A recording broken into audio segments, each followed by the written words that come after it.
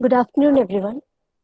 KCHR is very happy to welcome you all to the 8th webinar of the KCHR webinar series. We have with us Dr. Navaneetha Mokkil, who will be speaking on sensory histories, public formations of sexuality in Kerala. I request all of you, except for the speaker, to please keep your microphones on mute. And also, as is the usual practice, after the session, the speaker will be able to respond to your queries, which you can type into the chat box. Professor Michael Farragon, who was supposed to chair this session, has unfortunately not been able to join the meeting due to some unforeseen contingencies. He might join in a while. So Dr. Navaneetha currently teaches at the Center for Women's Studies, JNU. She has worked extensively and published on print and visual culture and public formations of sexuality in India. And before joining JNU, she has worked in several premier institutions in India and abroad. Her PhD dissertation, submitted to the University of Michigan, analyzes the non-normative sexual figures and their subject positions in the cultural practices of Kerala. The work offers a serious critique of the notions of exceptionalism of Kerala as a model state, which, among other things, she argues, had centered on the figure of the domestic women. She has authored a book, a recent publication. It was published in 2019, titled Unruly Figures, Queerness, Sex Work, and Politics of Sexuality in Kerala. She is also the co-editor of the work Thinking Women, a Feminist Reader. I'm very happy to have Navaneetha with us here. Welcome, Dr. Navaneetha, and I hand over the session to you. Thanks a lot, Dr. Rachel Varghese, for that introduction, and Dr. Fasha also for facilitating, this event. And I thank KCHR and the chairperson and director also for inviting me and giving me this opportunity to present my work before such a wide audience. I think that's been one of the, let's say, if there's anything positive about this moment, I think it's one of the things is that, people in very different spaces are able to meet together and, you do get a very wide audience. So I have a PowerPoint, so I'll present and then, use the PowerPoint, and then in the end, we can come back to the discussion. So I'll just open up the PowerPoint now.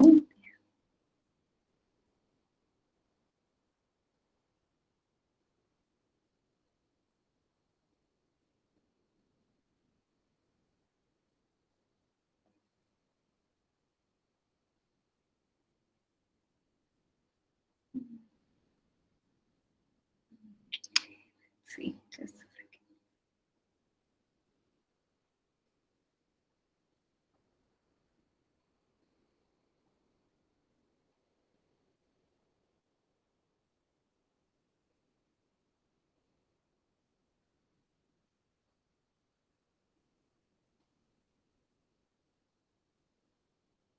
Okay. I hope the PowerPoint is visible now. Rachel, is it visible now?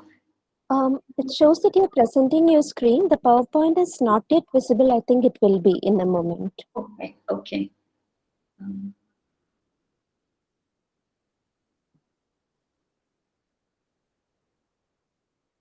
Coming now? No. Should I stop? Hold on for start one more time? Okay. Yes, I think that would be it. Okay, let's see.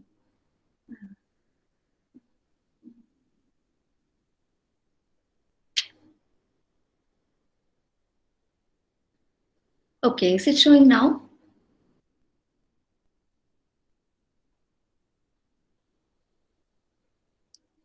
Is it visible now, Rachel? Now it's visible, yes. Okay, thanks. Yeah. So I'll start off the presentation. Okay, let me open this presentation with extracts from the songbook and publicity pamphlet for the film Rendu Pengutikal, directed by Mohan and released in 1978. I'll just read the translations of some excerpts from the this is from the songbook. Let me just read it. It says, this is the second part of what you see on the screen. Watch the climatic scenes brimming with passionate conflicts. This emotion-packed, dramatic life story of two girls will exhilarate you.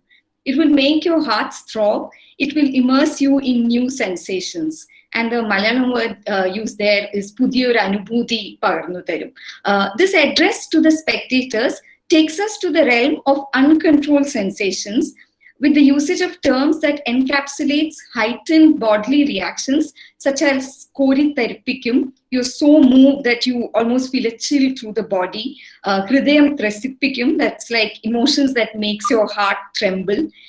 Even as the sexual relationship between the two women is labeled as against the laws of nature in the songbook, the form of the direct address invites the spectator to partake in an intense field of sensory exchanges. This tantalizing invitation provides a productive entry point for my presentation on sensory histories and the public formations of sexuality in Kerala.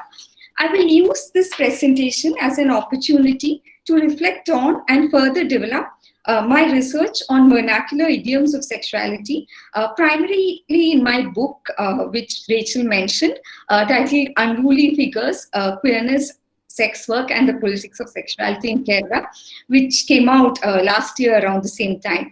I'll attempt to show how the operations of remembering, citation and circulation are crucial in tracing sexuality as a public formation.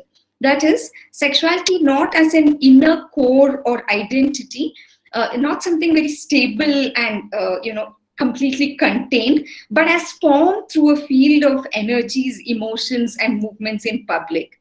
In Unruly Figures, I track the cultural practices through which sexual figures are produced in the public imagination and how these figures are accessed and deployed by marginalized sexual subjects, primarily the sex worker and the lesbian, as they stage their own fractured journeys of resistance in the post-1990s context. I argue that such crisscrossing cultural traffic is the basis of a vernacular politics of sexuality that disrupts the global paradigms of identity, visibility, rights, and recognition. The afterlives of controversial texts such as Bashir's Shabdangal, published in 1947, and Ivy Shashi's film Avalde Ravagal, Her Nights, which came out in 1978, are key to my explorations of the non-linear circuits of sexuality in Kerala. I examine how corporeal practices of reading and viewing films, for instance, to be intensely moved when you read a novel and say you cry when you read a novel, or being thrilled and excited during a public viewing of cinema. Such kind of corporeal modes of viewing and seeing put forward conceptions of the public sphere in which sensory excesses are on the surface. Recent scholarship on the discourse of sexuality in India by scholars such as Anjali Arundekar, Shefali Chandra, Shailaja Paik and Durba Mitra, to mention a few names, has suggested that rather than models of absence and recovery, we should trace the plenitude of sexuality in vernacular archives. In doing so, they argue that we can complicate the conceptions of sexuality as private and hidden, waiting for recuperation by the pioneering scholar. Anjali Arundekar observes that when scholars undertake projects of uncovering and mapping what she calls sexuality's past, these archival excavations often serve to mirror and consolidate the identity categories of the present and do not unhinge the cartographies of the contemporary. In contrast to such recuperative acts, she asks whether knowledge production projects focused on a specific regional location can tap into what she calls the imaginative potentials offered by sexuality in order to undo the certainties of the present. The critical spirit of my research is definitely aligned with this impulse. My research demonstrates how the policing of sexuality is never a finished project, and in focusing on the instabilities of cultural practices, we can access the vulnerabilities of such regulatory processes. Instead of reading recent developments such as Kiss of Love protests or the reading down of Section 377 as a quick transition from silence to speech, it is more productive to analyze them in the context of the history of sexuality in different parts of India, where the public has been a volatile formation shot through with erotic tensions. Tracing sensory histories, a term that I will flesh out in the presentation, is a necessary methodology for doing research on sexuality in India, is my suggestion. While there are significant sites such as law and public health in which sexuality becomes a matter of concern and intervention, my analysis shows how cultural practices become crucial to locate the non-cohesive registers of sexuality. There are multiple instances in the history of cinema and literature in India where texts become posited as dangerous, obscene, and in need of control because of its perceived sexual and sensory excesses. The high-pitched battles and legal trials on the grounds of obscenity during the colonial era around texts such as Ugra's Hindi collection of short stories, Chocolate, which came out in 1927, the Urdu anthology of short stories and a play, Angare, Live Coals, 1932, and the writings of Ismet Chugtai and Sadat Hassan Manto are key moments in the history of sexuality in South Asia because they place the representation of body, sex, desire, and intimacy as a central problematic in the public sphere. In the Kerala context, we could think of like the publication of, say, Madhavi Kutti's My Story, for example, again as one of these pivotal moments. The play of sensations within literary and cinematic narratives labeled as obscene, the embodied and immersive modes of viewing and reading they call for, and the networks of feelings through which they glue together a public is central to my mapping of contested formations of sexuality. I argue that the politics of sexuality in regional contexts are crucially tied to embodied practices of remembering in which we also participate in as researchers. Now I'll move on to the next section, which is primarily around the figurations of the prostitute. As the title of the book suggests, Unruly Figures traces the practices through which the sex worker and the lesbian take shape in the public sphere using visual and verbal mediums. The importance of the concept of the figure and why it lends itself to my investigation lies in its formulation through the public imagination. A figuration, as I look at it, is a process that works through a tissue of connections, repetitions, and networks of texts and events that move across time and space. The figure can be seen as a representation that acquires iconic value within a public sphere. For example, the domestic woman as an idealized figure in the public imaginary of Kerala. And this foundational figure is constructed through repeated tropes in cultural productions. I analyze public events and cultural circuits that provide a visualization of the process through which such emblematic figures are made and unmade. And this is a double movement. There's a making and an unmaking happening simultaneously. For example, if you think of a recent example like the film that's come recently called Kettiolan Ende Malaga, My Wife is My Angel, that comes in 2019. It's interesting to think how a film like that what is it doing to the figure of the domestic woman or the wife, the Kettiol in that sense. These figures are recognizable because of their reiteration in the public sphere, but the reason these figures lend themselves to analysis is because they are never completely solidified and are always in the process and open to contestation. Let me now give a more fleshed out understanding of this process of figuration from a chapter in the book itself. In my analysis of the circuits of Avalde Ravugal, I demonstrate how the prostitute figure is embedded in a history of cultural practices in Kerala, marked by the tensions between excess and containment. The reception of Avalde Ravugal at the time of release, as many of you must be aware, was to label it as an indecent film that brought shame to the name of Kerala in other parts of the country. This is a quote from a journalist writing soon after the release of the film. This is one of the most notorious films produced by the Kerala film industry, perceived as launching soft porn cinema as a genre in the nation. But the film underwent a dramatic transformation in its positioning as it was recouped as a realist depiction of the life of a struggling prostitute in the post-1990s period. Thus, there are multiple contentious circuits through which different aspects of this film, such as the poster, the screenplay, and the songs, have lived on in public memory. A careful analysis of Avalde Ravagal points to how its intertextual transactions strategically recalls other instances of cultural production in Kerala that incited debates on what can be the subject matter of art, especially the references to the controversial text from the 1940s. The central protagonist of the film, Raji, played by Seema in one of her most memorable roles as a struggling young woman who does sex work to earn a living, mentions her fascination for the writings of Vaikom Muhammad Bashir. A more direct link between her life and Bashir's writing is established in the film when in a dramatic when in a dramatic turn of events, the police barge into her house to arrest her, and at that instant, she's engrossed in reading Bashir's novella, Shabdangal.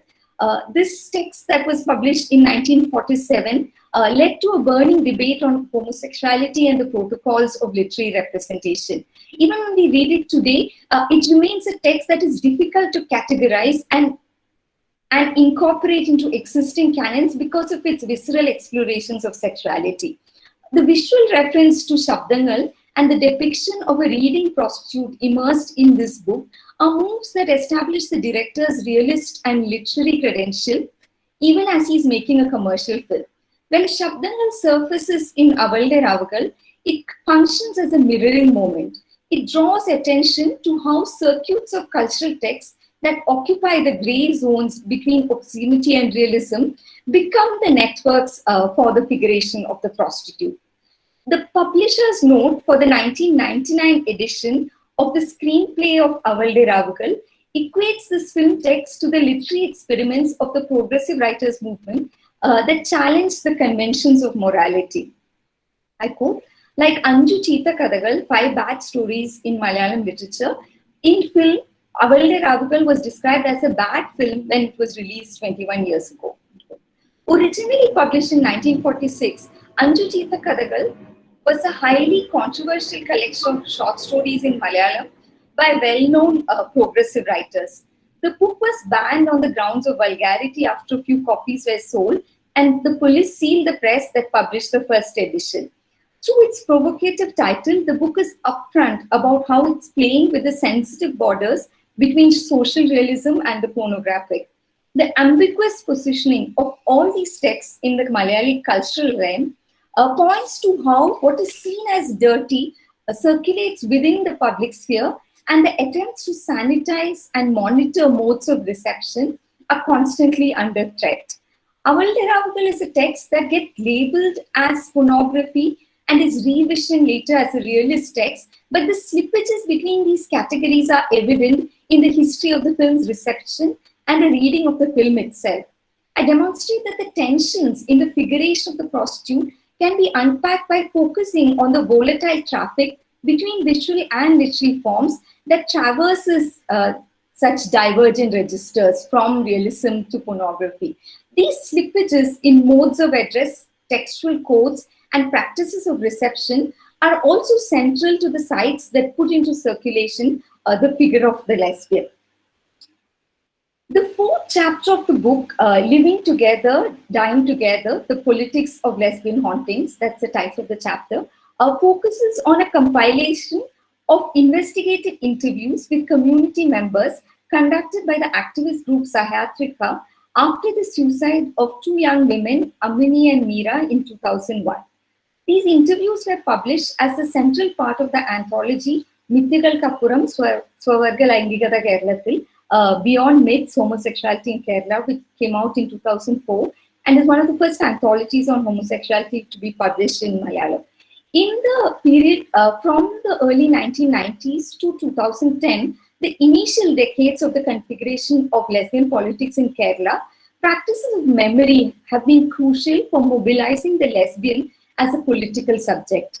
A close reading and critical analysis of interviews in the wake of lesbian suicides comprise a significant step towards engaging with ways of configuring the lesbian that disrupt the boundaries of the rights-bearing, cohesive political subject. I analyze in detail the textual codes and narrative forms deployed in the reconstruction of the lives, loves, and deaths of two women from an Adivasi community in central Kerala, which is one of the interviews that's there in with Keral Kapura. The language of romantic love, sexual intimacy, conjugality, and friendship gets entangled as the respondents describe the relationship between Meera and Amini. Many of the respondents move away from the realm of the linguistic and draw on bodily gestures of romantic love to describe their relationship. Shailaja recalls how, and I quote, Meera would inscribe the letter A on her hand using henna, and I realized later that letter stood for Amini. It is on her body that Meera inscribes Amini's name, a gesture by which desire is exteriorized onto the surface. Pramila, Amini's classmate, speaks about the premam, the term used to refer to sexualized romantic love that Amini had for Meera and her desire to marry Meera and live with her. Taking a cue from the deployment of the registers of premam, I suggest that Paingali, a vernacular, sentimental, and sensual romance, is a narrative form through which Amini and Meera's love is retold. Paingali is a term used to denote a highly popular form of romantic writing, but as you all know, through repeated usage, it has come to mean a set of attitudes that is excessively sentimental. Paingali writings circulated widely in Kerala, often in the form of serialized novels that appeared in low-price weeklies since the mid-1950s. Ansi Bay observes that by the 1960s, the category of Paingali was used as a caricature, and I quote her, to represent an allegedly sensuous habit of reading with formulaic long tales, ordinary readers and non-serious writers, unquote. This immensely popular literary form is delegitimized because of its investment in the sentimental and the sensational. Amini and Meera's use of the conventions of romance draw attention to the hierarchies within narrative forms created by the segmented divide between high culture and low culture. In fact, Paingali is the term through which the first investigative reports on lesbian suicides framed the relationship between two women lovers. A pioneering journalistic account says, I put that on the slide also, this quote, it says, same-sex love exists among women in hostels in the cities, but it is rarely that these women become inseparable and go to the extent of ending their lives together. Most of these suicides happen in villages which are far away from cities. These women come from ordinary families and read Paingali publications, unquote.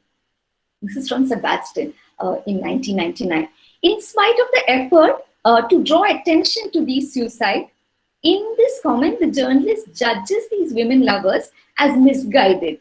For an audience familiar with the registers of speech in Kerala, this is a description that triggers denigrating associations about the assumed consumer of Paingali fiction.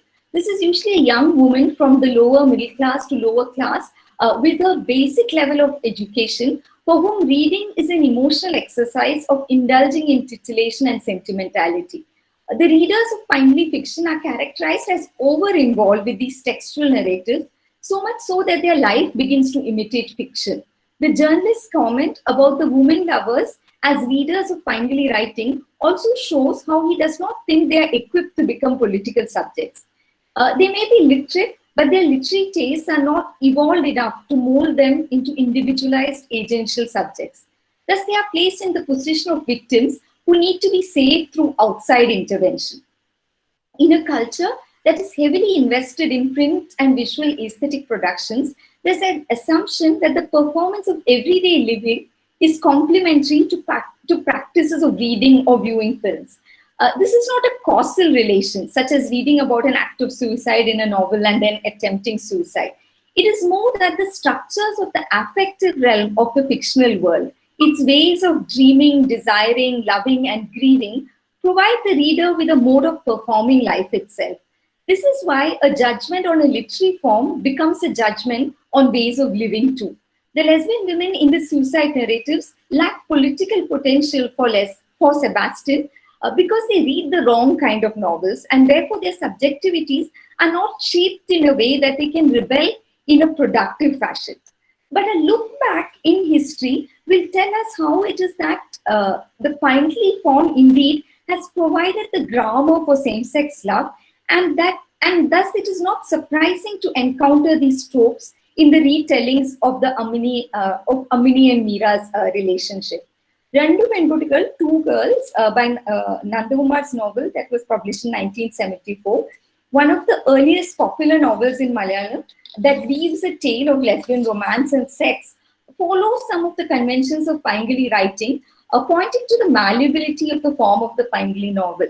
This is a tempestuous love story of two school friends, Kokila and Girija, that includes moments such as, and I quote from the novel, my golden beauty, Girija hugged Kokila's warm, naked body tightly. Her fingers slowly caressed Kokila's back, then everything went upside down. Both the young girls were drowned in the whirlpool of desire. In the end, they were soaked in sweat. They gasped, tightly clutching each other's bodies, luxuriating in the moist aftermath of their emotional outflow. Unquote. The love story between Kokila and Girija unfolds through detailed descriptions of their externalized expressions of love, which includes their pleasure in dressing each other up and giving gifts to each other. The description of romance in the novel is highly dramatic, sentimental, and associated with sensory excess. It is such surface-level sensory expressions of love that respondents focus on when they illustrate Amini and Mira's relationship. Pramila describes Amini's performance of being in love, and I quote, Amini would write Mira's name in blood on a paper. She would cut her hand with a blade and write with that blood. Pramila later mentions how Amini would write Mira's name on her hand with the sharp needle edge of her geometric compass. Their friends also mentioned the physical shows of affection between the two women, how they would walk with their hands on each other's shoulders, and how Mira would give Amini money to buy things she wanted. Tears and blood, markings on the body, physical intimacy and consumption all become narrated as part of their love story. These gestures and expressions are of a markedly different order from the more interiorized configurations of romance associated with a reified romantic subject. The conception of the agential subject who enacts desire through interiority is contradicted in the sensory and bodily performance of love that we see in the narration of Amini and Mira's relationship. Naisergi Dave observes that the consolidation of the lesbian as a stabilized political subject in metropolitan India also involved a process of loss.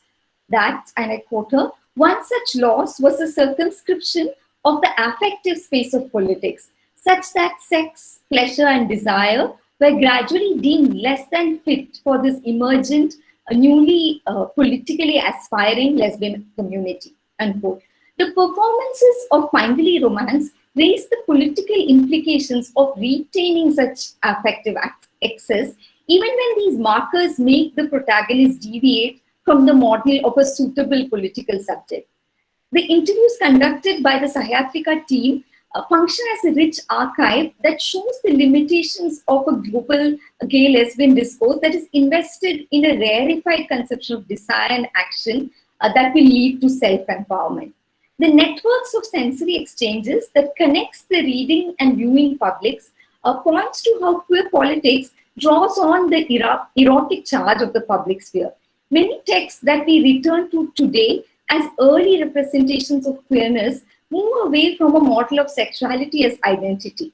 Scholars such as Geeta Patel, who have engaged with the poetics of sexuality in vernacular registers, especially in Urdu, have envisioned queer as a wayward and angular practice of reading that does not presume transparent access to identities or acts.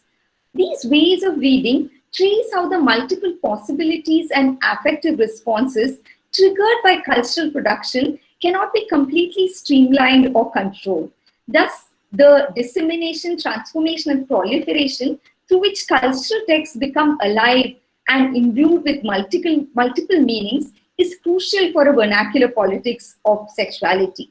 It is through these reenactments, slippages, and transpositions that sexual norms are disturbed. Rendu Penkutigal was first published in the form of a serialized novel in 1973 in the magazine Chitra Kartika, and then it came out as a book in 1974, which went into 3 editions in the first year of publication and acquired a cinematic form in 1978. This is the film Rendu Penkutigal, directed by Mohan, which is sort of loosely based on the story by V.P. Nandakumar. T. Muralidharan translated an extract from Rendu Penkutigal for Same-Sex Love in India, the anthology edited by Ruth Vanitha and Salim Kidwai, which is a very significant anthology on queer representations in India. And after that, a new edition of the book came out in 1999. That is a new edition of Rendu Penkutigal came out in 1999 with an introduction by T. Muralidharan. Before the novel was repositioned in this fashion, one could safely assume that its networks of circulation were mainly as a Paingali novel. The trajectories of the novel show how the passionate love story between two young women acquire a public form, censured and yet all too pleasurable for the reader. In the author's foreword to the second edition, Nandakumar underlines the popularity of the novel. He says this second edition of the novel, which consists of 3,000 copies, is a clear indication of the fact that Two Girls is being widely read. Thus, the circulation of this text is seen to produce a network of readers tied together through the sensory pleasures of reading itself. The contradictory impulses of naming sexual desires as unnatural and aberrant, and yet inviting viewers to participate in the thrill of these sensations, is evident in the publicity materials of the film Rendu Penkutigal, with which I opened the presentation.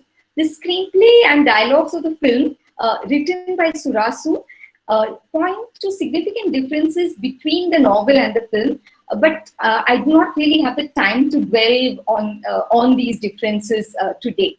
My main aim in this presentation is a methodological one. I want to foreground how histories of embodied spectatorship and reading are significant to trace the public formations of sexuality. So rather than parceling out different kinds of cinema or literature in categories such as soft porn or Paingali or romance or realism, I suggest that the potentiality of these mediums is in the volatile and sensory exchanges it activates.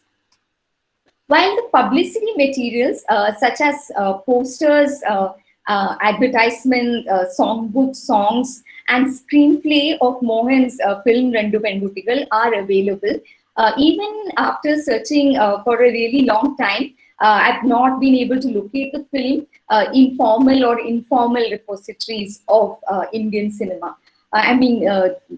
It's interesting that another lost film from 1971, Badnaam Basti by Prem Kumar, a film which portrays a gay relationship. After being lost for a long time, it was retrieved from an archive in Berlin, and recently a restored copy has been made available online on Vimeo and YouTube. So one can never predict, the trajectories of a film. So I'm still hoping that Rendu Penkutigal will be made available at some point. But since the object of the film is currently difficult to retrieve, the only way we can reassemble it is by locating its trajectories of travel and how it circulates in public memory.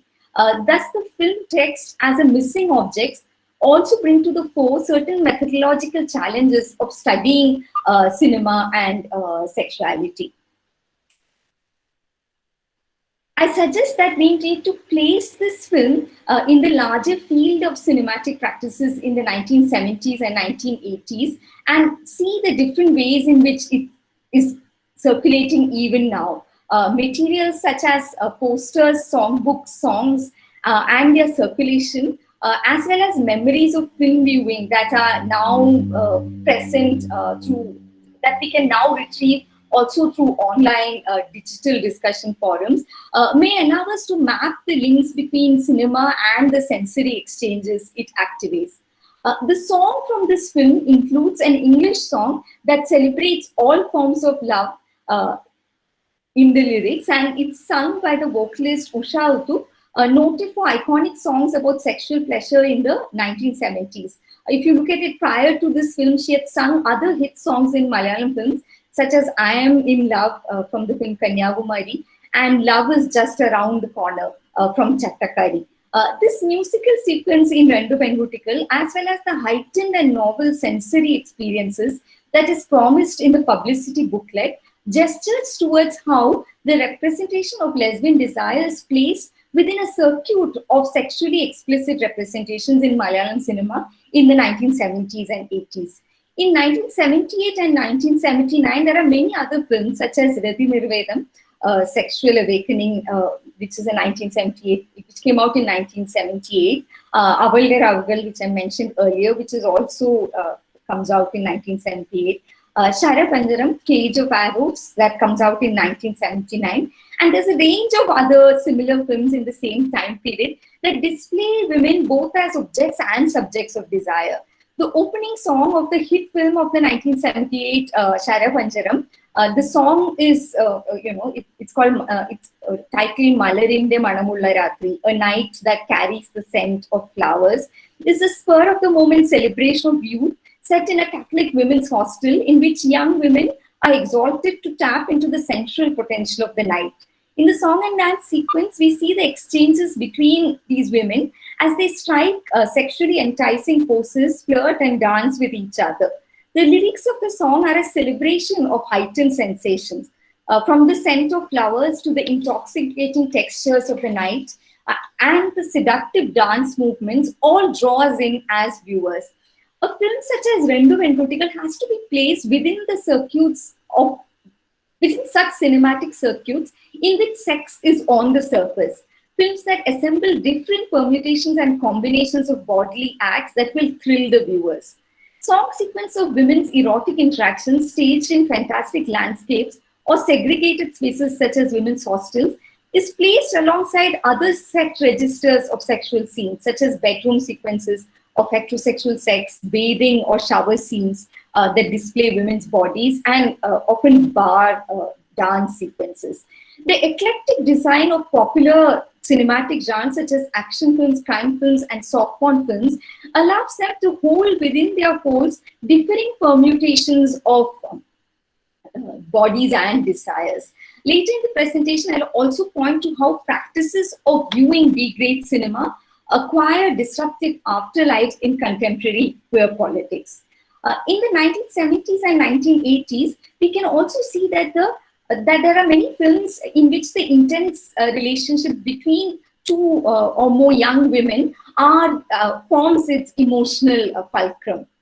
For example, Mohan also directed the film Shalini and Kootagari, where the friendship between Shalini and Ammu, played by Shobha and Jalaja, and Shobha is also there in Rendu Pengutikal, is key to the dynamics of Shalini and Penguti. In my analysis, Shalini and Kootagari.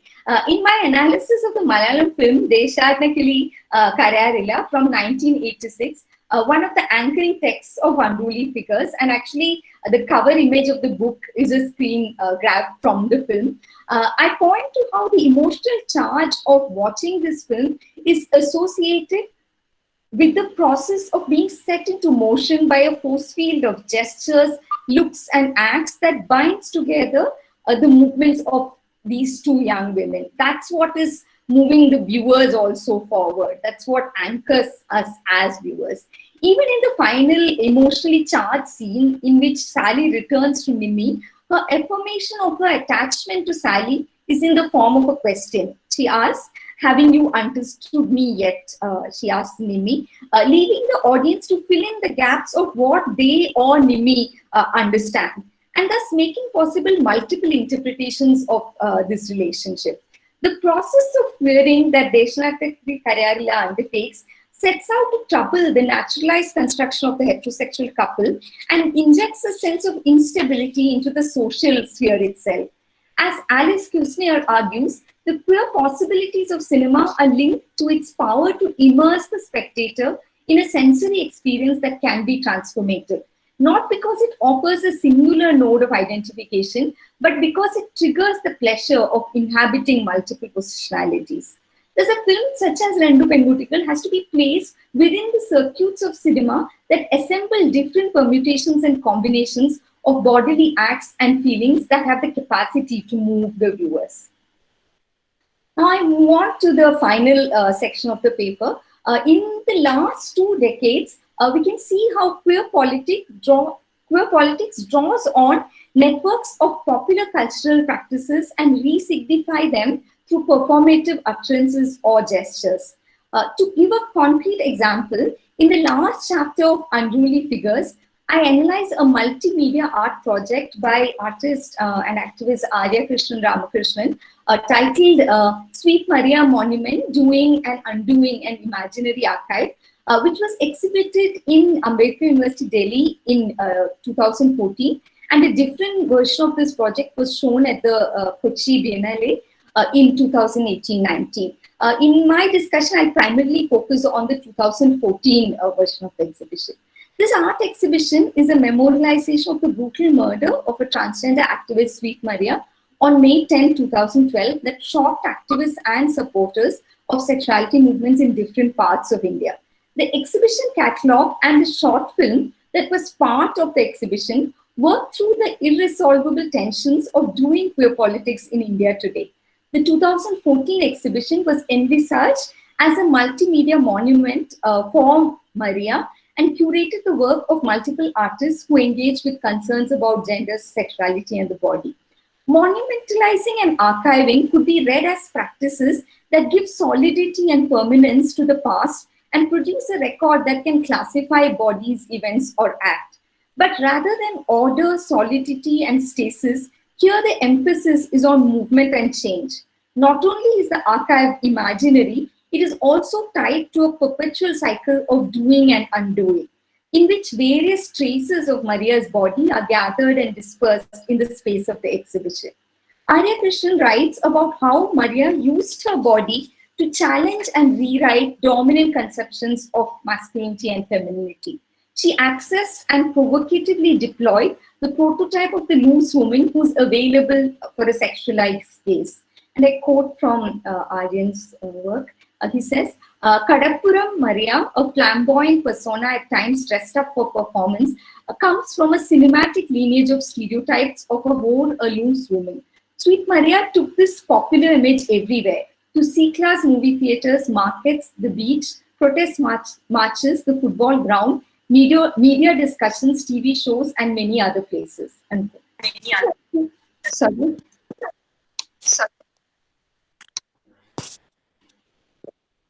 Is that okay? Yeah. Okay. This exhibition consciously evokes practices of viewing sexually explicit films and remembers the figurations of women performers, such as the spectacle of women's bodies in low-budget Malayalam films. It underlines the fissures in the fabric of the social in Kerala, where film viewing practices and low-budget theatres function as a site of sexual excess. There are multiple ways in which cinematic practices are brought into the space of the exhibition. A drawing of Maria with A, adults only, written on her pink skirt is the image that accompanies the catalogue. This image was also placed like a film poster in the entrance of the exhibition space. Arinyatam, which broadly translates as a loose dance, a short film that consists primarily of footage from the first Queer Pride March in Kerala, organized in Thrissur in 2010, ran on a loop in this interactive art space. The title Arinyatam is written in big block red letters on a splash of yellow, reminiscent of the title cards of low-budget soft porn cinema. But bringing in the aesthetic codes and modes of circulation of soft porn cinema into the space of the art exhibition, there's an attempt to keep alive the multiple layers through which sexuality politics is performed in regional contexts. It is important to note here that the mood of Arinyatam is not celebratory. It is cut by a deep sense of loss and uncertainty. Taking footage of the Pride March and intercutting it with other short interludes produces a text that is haunted by absent voices and bodies. One sequence that is repeated twice, both times in slow motion, is Maria's flamboyant entry into the 2010 Queer Pride March in her satin rainbow-colored gown that unfurls around her. This theatrical entry is intercut with a grainy recording of Maria performing the popular Malayalam song Inna Enikku Pottukuttan, which is a song from the 1977 film Guruvayur Keshavan featuring Jayabharati and Soman. And it is a song noted for its expression of sensual feminine desire and erotic rendering of the woman's body. Dressed in a blue checkered shirt and loose black pants, Maria lip syncs and performs the sensual moves of an iconic Malayalam heroine in this clip. There are indications of an audience who watches this performance and claps in the end. Then for a second, the screen goes pitch black while the recorded song continues to play on, unanchored by the image. After this gaping blackness, the film moves back to the scene of the Pride March. Thus, there are discordant layers of time and space and differential expressions of gender and sexuality spliced into this footage as the grainy image of a transgender activist singing a sensual film song on female desire becomes a cut piece in the footage on queer pride. Even as we are brought face to face with the brutal violence faced by Maria, the visual, auditory, and tactile interactions in the exhibition space have the potential to realign modes of conceptualizing the political. The self-expressions by marginalized sexual subjects under extreme constraints sets into motion political practices that draw on and redeploy the heightened textures of sensations from the circulation of popular literature and cinema. Thus, sexuality politics in regional contexts in India takes us to the messy and fractured terrain of entangled relations between the political and the cultural. The dense circuits of media forms produce a disjointed and feverish archive of images, words, tropes, emotions, gestures, and expressions that are remembered, reiterated, and interwoven with processes of political subject formation. The impressions of progressive writing in Avalde Ravugal, the registers of Paingali and sensational ways of reading that seeps into the narratives on lesbian suicides, a performance of a sensuous song sequence from the 1970s echoing in a politically charged art exhibition on transgender lives at present. It is these ceaseless and generative movements, what I term as unruly figurations and sensory histories, that leads to rewritings of scripts of gender and sexuality. Tracing these embodied exchanges allows us to locate formations of sexuality that are affective, unfinished, and always in the making. Thus, the regional cultural realm becomes the unsettling site where the fractures of the universal human rights language and the politics of visibility surface. These animated movements posit an imagination of sexuality politics closely aligned to processes of reinventing sensory practices. The political and cultural work together to force open new ways of feeling the world around us. I hope to continue to work through this complicated yet generative connection between the sensory and the political. And I hope we can discuss some of those conceptual moves in the discussion that follows. Thank you for listening.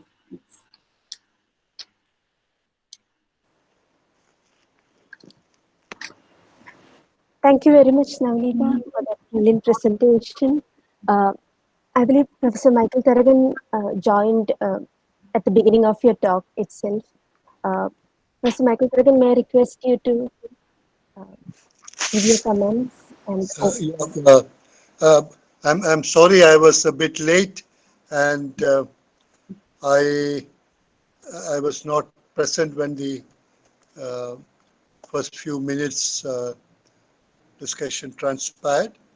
I would take this opportunity to thank Navaneetha for your kindness and your willingness to come and to present this talk to the webinar series. I'm sure that it would be well discussed. I'm not interfering with the kind of any lengthy intervention at this stage. I would stay back and listen, and I'm sure that there would be many interesting questions and comments and points of discussion from among the people who attended it. So thank you very much, Navaneetha. Yeah, Rachel, you can continue with the moderating. Thank you, sir. I request the audience to please type in any queries or questions or comments that you may have in the chat box. I'll read them out for the speaker. So we'll wait for a few moments for the queries to come.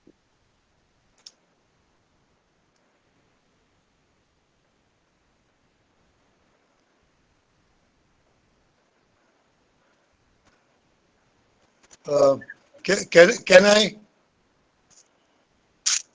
Yes, sir, please. Can I intervene for the time being? Just, so, since there is some time in between. I have, I've got a very basic kind of a doubt that when you discuss the sensory history, or where does the vocalization, either in writing or in oral testimony or through cinema, when you transmit the idea of sensory feelings, and where can it draw a distinction from mystic kind of relationships? Because mystic kind of portrayals are there so much in our vernacular history, say like in Bhakti literature, as well as mystic love literature of the Christian variety of Saint Teresa of Avila, which is very, very, very strong in certain pockets in Kerala, say like in Mahi. So I was wondering, where does it, or how does it distinguish itself from mystic love or mystic expressions of interpersonal relationships? There's a problem which I've encountered at times, and I just wanted to know how would you look at it? Thank you.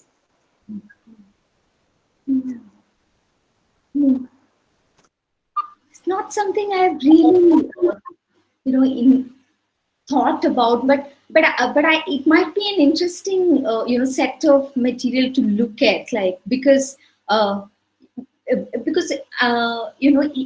it is even in some of, one would have to look at like the language itself, right? Like because I think even in expressions of these kind of mystic relations, it would draw on a certain kind of sensory idea, right? Like so it might not be that way, like very watertight categories, right? Like so that is what I think is interesting to look at, to see how if one is expanding the project, to look at like even unexpected places, because usually when we are setting out to study sexuality, there are certain routes that we already take, right? Like romance or or texts that were censored, as we've seen. Like there is, or even sometimes like progressive writing, that kind of pathways we take. But it would be really interesting, like you were saying, to also look at other sites where then even at the realm of this like bhakti, like what happens to the body, like how does the the figure of the devotee, for example, often have a very sensual relation with the god figure, or so that might be worth looking at more, and how some of these forms of writing also might be drawing on each other. That might be an interesting interlinkage to look at more. Thanks. Yeah. So I'll think about it and maybe even look at some of the materials. Yeah.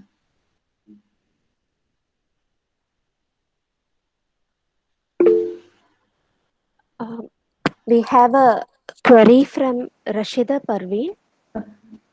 How do you see the lesbian relations portrayed in regional literature in Kerala as a means of matriarchal politics to counter matrilineal?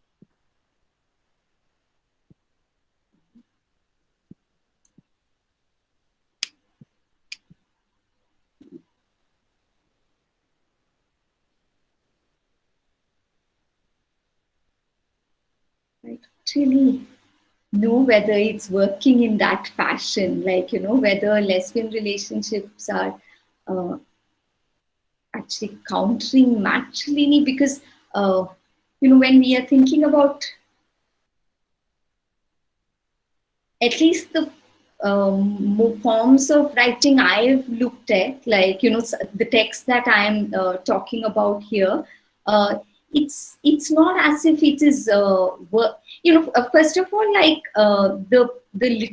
the portrayal is often especially if you're looking at the text that I mentioned, it's often at the realm of a very kind of it's a very popular kind of idiom that they are working with, right? And it's working in that realm, not necessarily then neatly, feeding into an imagination of what would we mean by matriarchal politics. So it's not that that I think is what I'm trying to point out to, that some of these histories, like what I'm calling unruly figurations or sensory histories, are not politically, not necessarily coming from a moment of queer politics, or even a very conscious investment in women's political emancipation.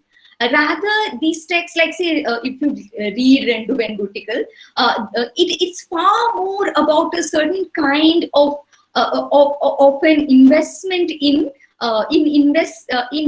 sort of exploring the possible kind of pleasures that a reader can acquire from reading, right? But then as a sort of, when we are looking at these texts from the present, then there is a certain way in which we could retrieve it and make it speak to the to queer politics in the contemporary moment, right? So that is the sort of move that might be productive to do, because it's not necessarily putting forward a matriarchal politics as I see it. In fact, it's not necessarily consciously political in that way, right? It is being posed as a popular, often serialized, read by a lot of readers. But then the question is, how does it travel to the present? How can it then allow us to rethink the ways we think of politics itself, right? So I think it would be difficult to see how it counters matrilineal, because at least in the text that I am discussing, I don't see those moves happening. Yeah, but you could look around and see whether that's happening in other texts. The next query is from Akhil Manali. Madam, can you say in which stage the term sex came as vulgar or shameful one in Kerala, common to even university educated guys to anger while talking about sex education, etc.? I wonder how it is. Okay. Yeah, that would require a lot of investigation, right? To see how historically, is it do we locate it in early 20th century debate? Is it a kind of is it part of a certain a kind of colonial modernity and its own engagement with vernacular imaginations of the sexual. And I mean, whether in some senses is it only shameful because it's also being posed as pleasurable, right? Like, so there is always, I feel like, it's very difficult to pinpoint some exact point where sex becomes shameful or vulgar. Rather, one would have to see how there is this constant like a public kind of debate on what is the sexual and how can it enter into representation, right? Like, say, when you look at the debates in 1940s, like around a text like Shabdangal, for example, the question is like, can you represent the sexual in particular ways, right? Or even when you're putting together rules around censorship, or around how do you design textbooks, or what kind of language do you use. So there are many different domains one would have to look at to trace a trajectory, right? Like, but rather than thinking there's one particular stage where things acquire a particular meaning, one would have to think of it as a constant struggle. Like, even like, even when we say, like you're saying that, even in university educated people are, angry to talk about sex education, but it's not as if people don't talk about sex, right? Like, there is lots of speech, whether it's in through jokes, whether it's through cinema, whether it's through music, whether it's through songs, so it's not as if it's a question of completely silencing and not talking, but the question is much more about locating that tension, right? Like, and and to think then about that what that public discourse of even shame can tell us. Like, why is it that certain that shame becomes a powerful emotion, right? Like, what does that tell us about a culture? Or is one shameful all the time in every company, or does that change? Like, when one is alone and watches something, do you still experience shame, or is it in public? So one would have to think about the larger field of sexuality itself, right? And I would say it is a much more of a contestation, rather than thinking that there's a particular moment when sex becomes vulgar, and prior to that there was some kind of golden era or something, yeah. Nivedita K is the next query. On the one hand, there was a readership for the quote-unquote Pinkly descriptions of homosexuality in the 1970s or 80s. But there was also a readership for the same in the case of writings by Madhavikutty or Kamala Das and a few women writers whose writings were not labeled as Pinkly. Is the taboo associated with quote-unquote sensationalism in the case of the Pinkly reproduced in the second case? Yeah, that's an interesting question, right? Like, because like, especially I think with Madhavikutty, there is many trajectories of reception, right? Like, and I think there's a very thin line that she has managed to traverse, like, because it is like, if you look at texts like Chandana Marangal or My Story, right? Like, there is depictions of lesbian sex also, and even like, one of the first short stories she published called Stree, it's sort of in the form of almost like it's more like a ghost story, but it's really about the relation between two young women, right? So she does. So it's but then I guess because she gets positioned in a certain other category, right? Like, that she's given a certain different status, she does not get read as Pinkly in the same way.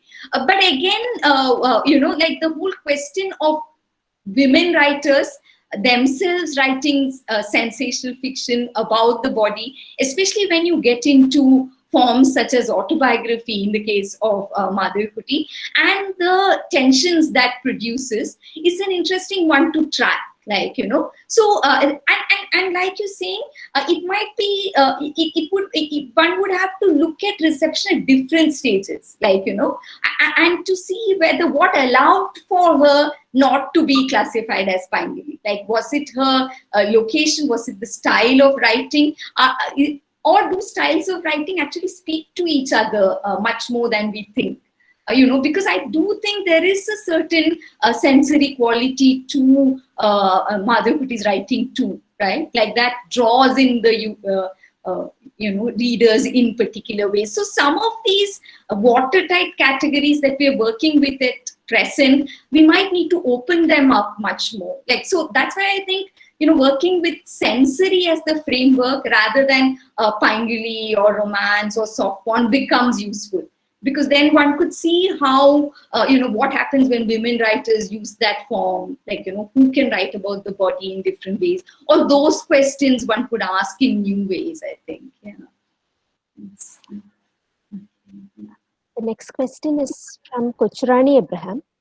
In all the books or movies you have referred to, there is clearly a performance of sexuality politics. My question is whether they have served in any way to challenge and transform the patriarchally gendered sexual politics of Kerala society.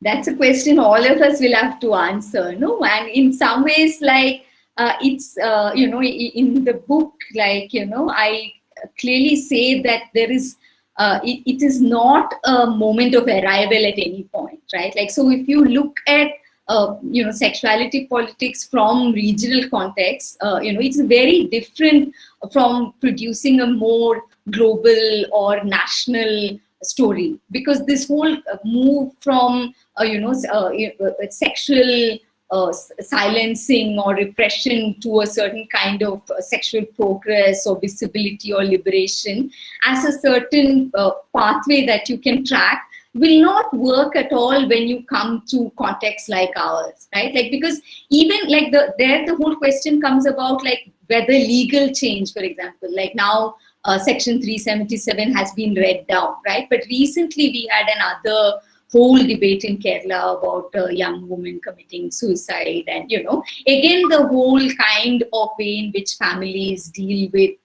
women in sexual relations with other women, like even the whole system of psychiatry, how it comes in. So the role of a very kind of disciplining role that familial structures play, right? So some of these complicated dynamics continue, right?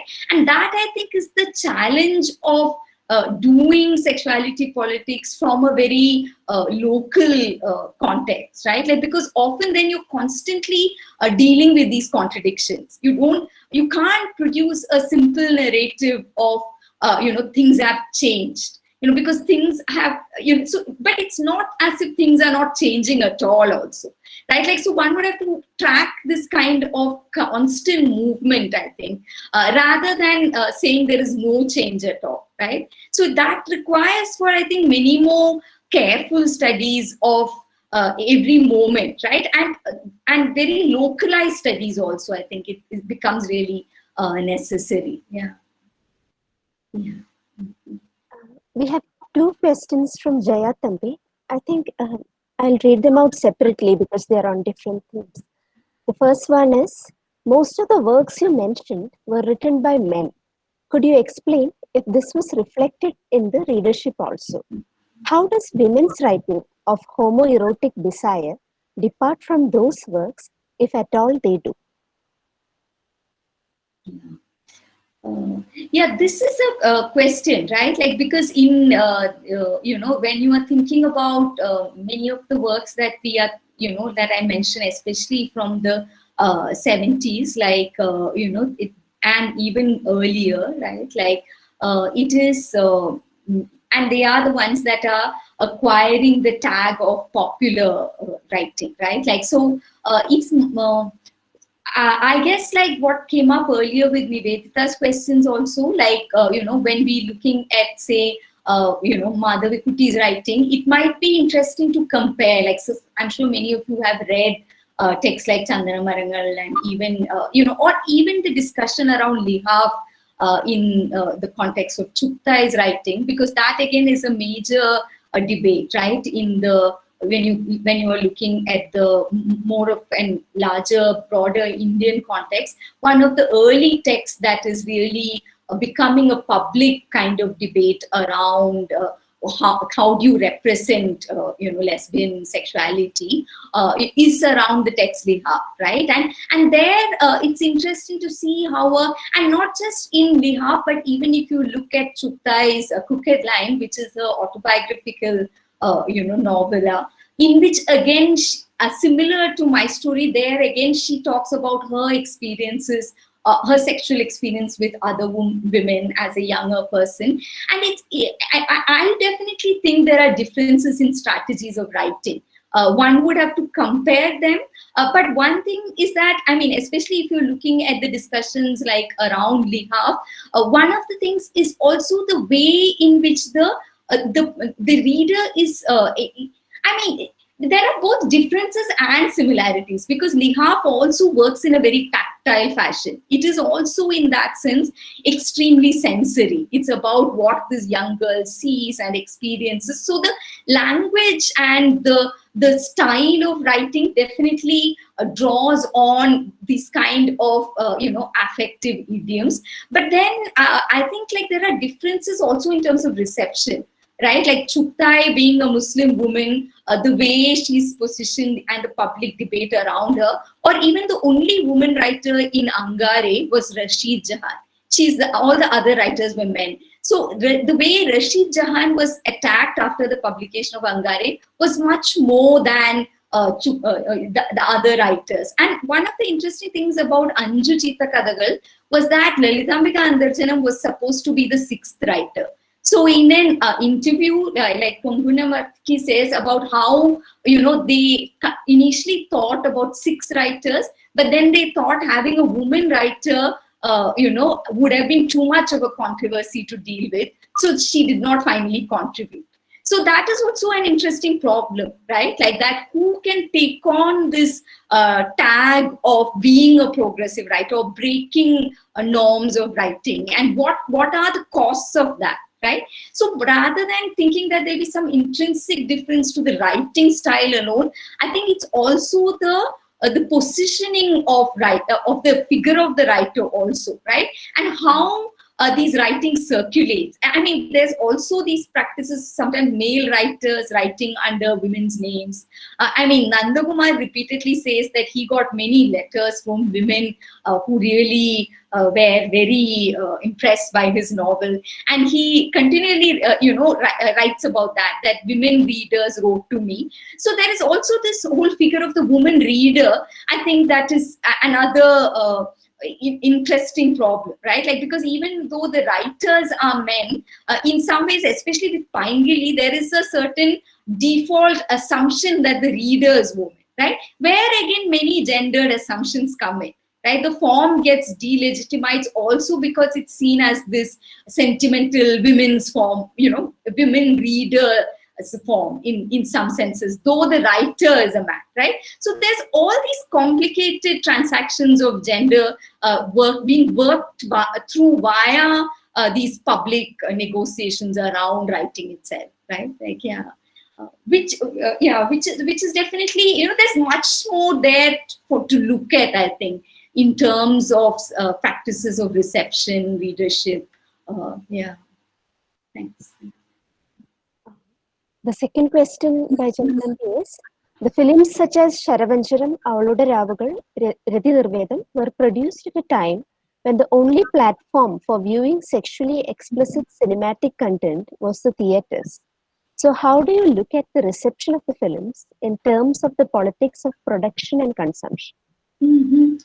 Yeah, that is, I think that really ties up with your earlier question also, no? Like, so I think that for one thing, I would say there are many lives to all these films, right? Like, so, I mean, one term that I constantly use in the book and also in the presentation is the whole question of afterlives, right? So there might be one mode of reception that many of these films have, like in the theater, at the time of release, right? Like where you are watching, and there I would say, questions of gender, class, like say, the whole question that say S.V. Srinivas discusses in his work about, is there a public in the cinema hall?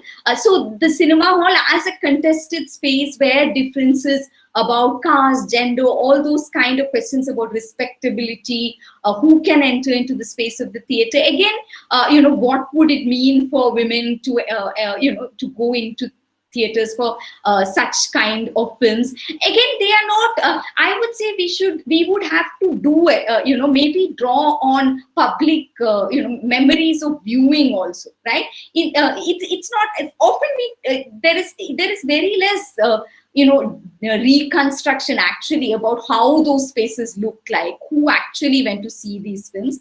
But then, so that again is one question: what were the gendered, caste, class kind of dynamics of these viewing spaces?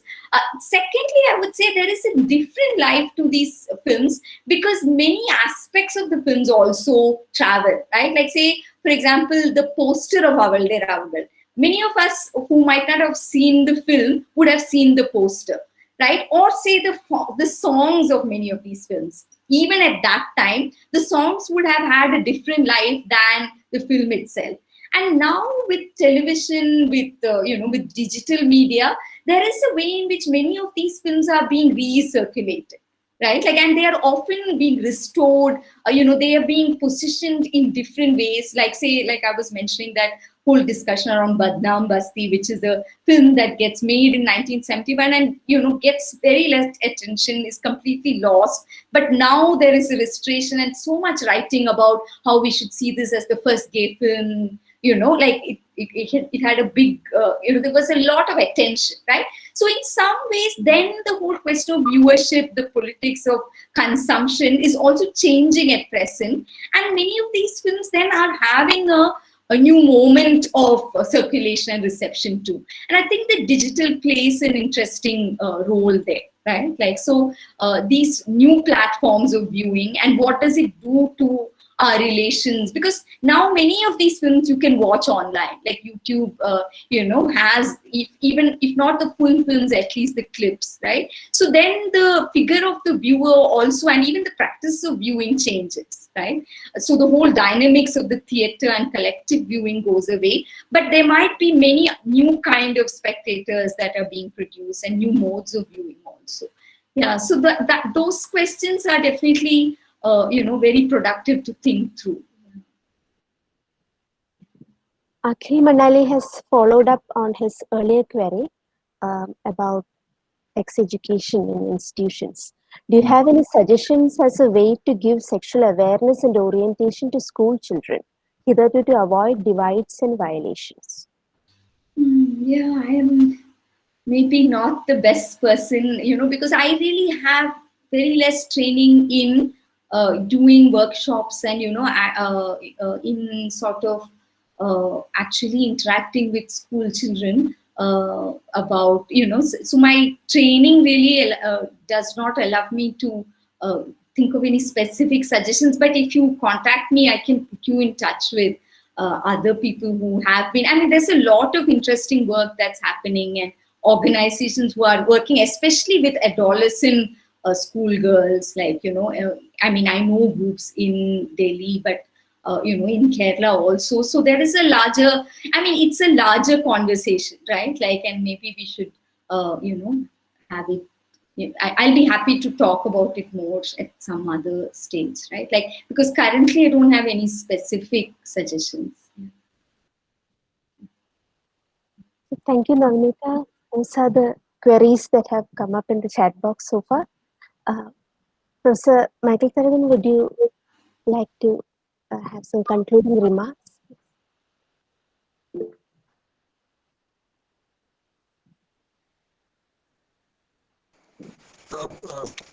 No, Rachel, I was listening to the interesting exchanges that was going on, and I would only add, one more word of gratitude to Navaneetha. How do you pronounce your second name? I'm a bit worried about mispronouncing. No, it's just Mokkil, Marutu. Yeah. Mokkil. Okay, okay. Mokkil. Yeah, Navaneetha Mokkil. Yeah, Yeah. I don't have to. I Yeah. don't have to Yeah. Yeah. say that name. Um, you were very kind to have spared your time to introduce this subject to some of our, I'm sure that some of our new scholars and also to the KCHR in general. This is certainly a new subject of inquiry for most of the people who are working in the broad area of um, society and culture. And I would once again thank you. I'm sorry that I could not make it to the make it in time. So, see, I had to be both our director, Professor Karthikeyan Nair, and myself were called to a very important meeting with the Honorable Vice Chancellor of the Shankaracharya University of Sanskrit Studies in Kaladi. So from that meeting, I had to take off and come here. That's why I was delayed, and that's why Karthikeyan Nair is not able to attend this session. We both would like to express our thanks to you. So thank you once again, Navneetha, and thanks to everybody who spared their time to participate, and also to our own team of organizers. They did a very good work in arranging all this. So thank you once again. Thank you, Dr. Navaneetha, on behalf of everyone at the KCHR. Uh, our next webinar is on the 13th of October at 3 p.m. It's by Justin Matthew, The Urbanization of Backwaters, A Political Ecology of the Cochin Harbour Project, circa 1920 to 1945. So thank you, Navaneetha. Thank you all for attending.